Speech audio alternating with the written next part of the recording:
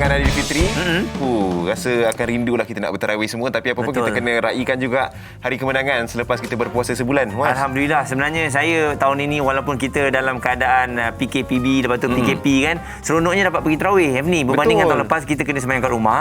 Jadi tahun ini dengan jaga SOP, Alhamdulillah lah dapat merubat kerinduan dalam bulan Ramadan ni. Tapi itulah tengah mencari-cari juga. Kalau siapa yang jual ketupat lemang tu nanti DM saya lah. Saya nak makan kat balkoni rumah seorang-seorang. Alah, kesian. Ini nasi si bujang lain pula ni. Nasi bujang Nasi lah, si bujang. Saya pelajar-pelajar you alhamdulillah dapat balik rumah. Yalah. Tapi yang bujang ni memang cabaran sikit lah. Tak boleh buat apa lah. Lagipun yalah, nanti hari raya ke berapa tu kita perlu bekerja juga. Jadi tak apalah, kita duduk di KL je. Orang suruh kahwin tak mau. Orang suruh kahwin tu kena tak boleh balik juga. Sama juga. Okeylah. Baik, untuk anda jom kita nak terus bercerita mengenai persiapan raya, dan di talian sekarang kita bersama dengan Dr. Tengku Asmadi Tengku Muhammad yang merupakan perunding motivasi. Macam Hafni katalah, dia bujang dalam hari raya ni pun mesti ada cabaran dan juga kesedihannya. Siapa yang bujang? Awak lah. Oh, ingatkan doktor tadi cakap. Doktor bujang lagi ke? Doktor talian bersama kita. Assalamualaikum. Waalaikumsalam warahmatullahi. Nampak kalau kita tengok doktor memang dah persiapan raya tu dah nampak dah dengan baju yang kacak bergaya di hari Ahad hujung minggu pagi ni doktor Ya, saya. Doktor nak cakap pasal persiapan raya lah doktor kan, sebab kita tahun ni adalah tahun kedua kita beraya dalam suasana yang berbeza dalam fasa PKP. Jadi bagi doktor sendirilah, walaupun dalam fasa PKP ni penting ke untuk kita buat persiapan hari raya tu sebenarnya? Sebab ada orang cakap tak payahlah, bukannya raya pun kan. Macam mana doktor? Okey.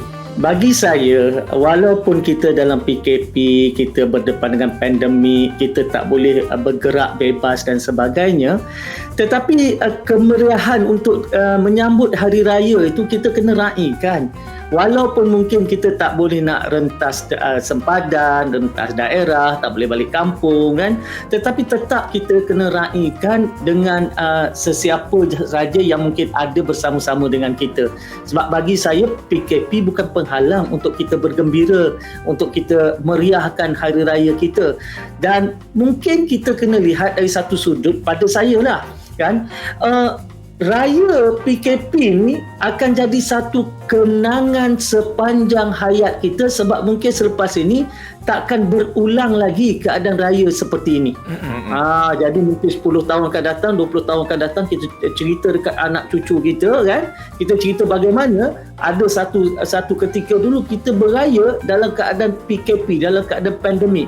Jadi dia jadi satu cerita, kenangan manis sebenarnya. Setiap perkara yang berlaku yang lain daripada yang lain ni akan jadi satu kenangan manis yang boleh kita bawa, kita boleh bercerita kepada anak-anak kita. Dan mungkin kita tak dapat perkara seperti ini lagi di masa-masa yang akan datang. Contoh misalnya tahun lepas kan. Tahun lepas macam mana?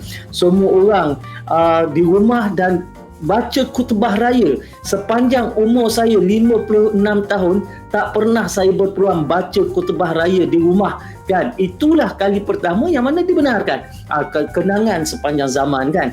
Dan begitu juga pada kali ini pasti ada banyak lagi kenangan-kenangan yang boleh sebenarnya kita jadikan bahan cerita kita di masa akan datang, kenangan kita. Jadi kita jangan kita terlalu bersedih sebab raya pada tahun ini tidak seperti raya-raya sebelum ini.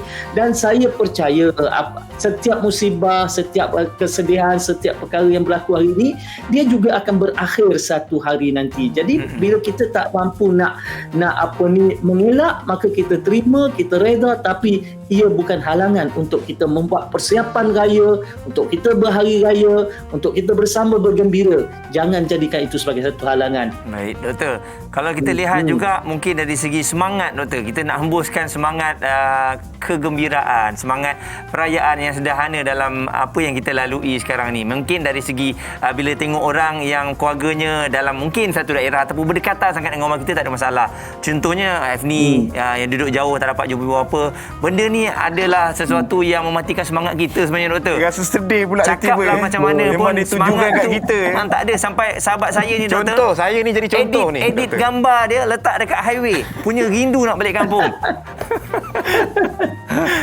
Okey. Allah Saya lihat macam ni lah. Saya lihat macam ni. Memang betul. Kalau kita boleh balik kampung, kita boleh bersama dengan ibu bapa, orang tua kita, bersama dengan sanak saudara orang kampung, memanglah lebih menyeronokkan. Tak ada sesiapa pun yang tak nak berhari raya dalam keadaan sebegitu. Betul. Tetapi, okey. Antara perkara yang boleh kita selami, pertamanya sekali kita kena faham bahawa selama ini pun, kalau bukan pandemik, bukan PKP pun, cuba kita perhatikan, sentiasa ada di hari raya orang yang tak boleh menyambut raya. Para doktor, jururawat, polis, tentera, kan, orang media sendiri misalnya. Kalau kita lihat sebelum-sebelum ni, bergila-gila tahun ni kau raya, tahun depan aku pula raya, betul tak? Jadi oleh sebab itu, ini adalah saat yang kita bolehlah memahami, menyelami sedikit, macam ni rupanya bila orang tak boleh nak balik raya, kan. Jadi kalau kena pada kita, sebenarnya dah biasa kena pada orang lain pun. Itu pertama. Yang kedua, kita masih boleh berhari raya, cuma kita kena berhari raya dalam keadaan ala kadar. Kita pun tahu bahawa ekonomi terjejas teruk kesan daripada pandemik ni. Ramai orang hilang pekerjaan, banyak bisnes yang tak boleh diadakan, dijalankan dengan biasa. Jadi bila kita terpaksa berhari raya dalam keadaan bersederhana, sebenarnya ada hikmahnya yang tersendiri, sebab kita tak habis duit. Saya tak tahulah Muaz dan Hasni macam mana. Saya memang tak habis duit raya tahun ini. Kalau tidak, memang banyak nak kena keluar duit, kan. Persiapan lebih daripada biasa, kan. Tapi kali ini cukup tak habis duit berbanding dengan tahun-tahun sebelumnya.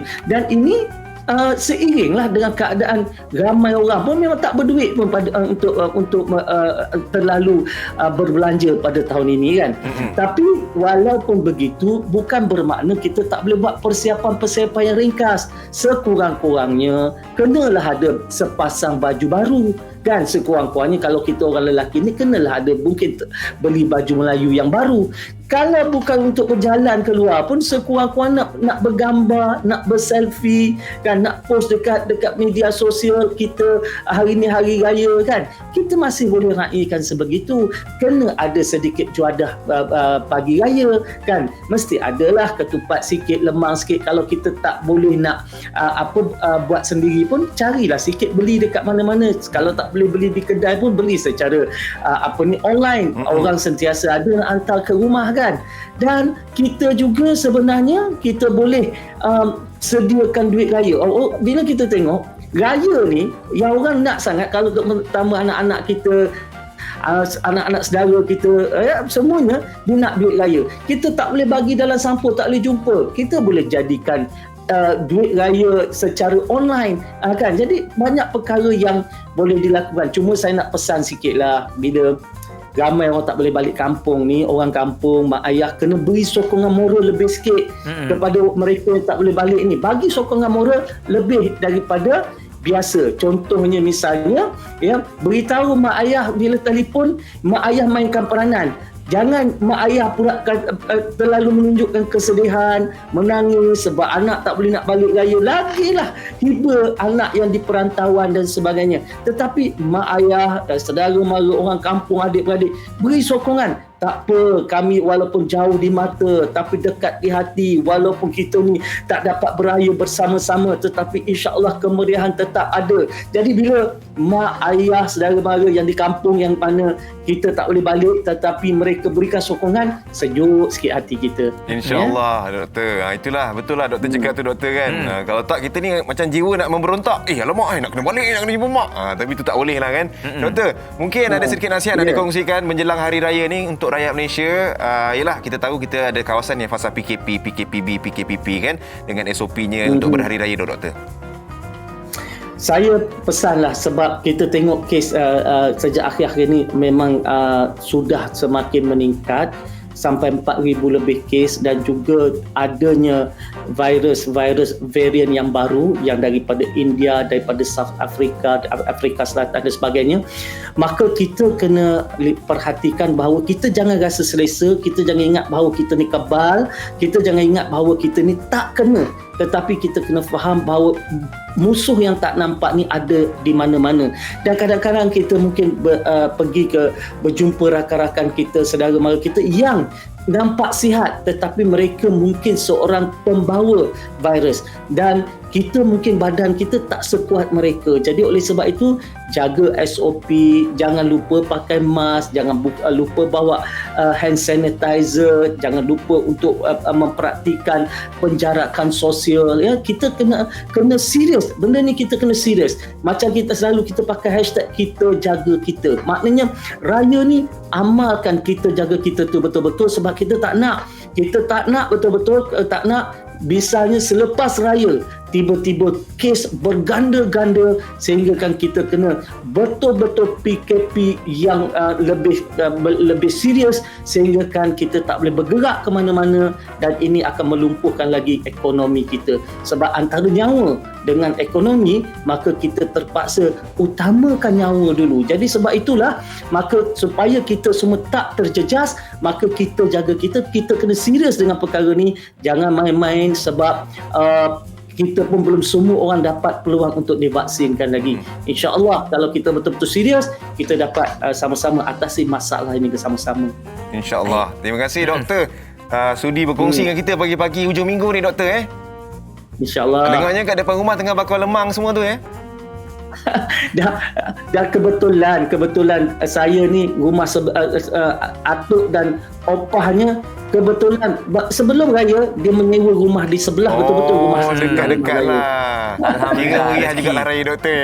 Jadi meriahlah dapatlah anak cucu dah pasang pelita. Alhamdulillah. Selamat Hari Raya doktor. Terima kasih doktor sekali lagi doktor. Baik, selamat Hari Raya juga kepada semua. Terima kasih kepada semua kru dan juga hos Borak Kopitiam. InsyaAllah ya selamat Hari Raya, maaf zahir dan batin. Baik, sekali lagi untuk anda Dr. Tengku Asmadi, Tengku Muhammad, pengundi motivasi bersama dengan kita. Kita harapkan apa yang dikongsikan tadi dapat memberikan semangat kepada kita dalam hari raya kita yang bersederhana ni. Tapi ialah macam doktor kata, walaupun persiapan akhir tu tak nak kita belilah juga baju sebagai tanda kemenangan kita. Tak payah banyak, satu baju. Betul. Kalau tak nak beli seluar, beli baju saja. Itulah takut kalau yang baru dengar ni, betul lah doktor cakap nak kena pergi cari baju hari ni.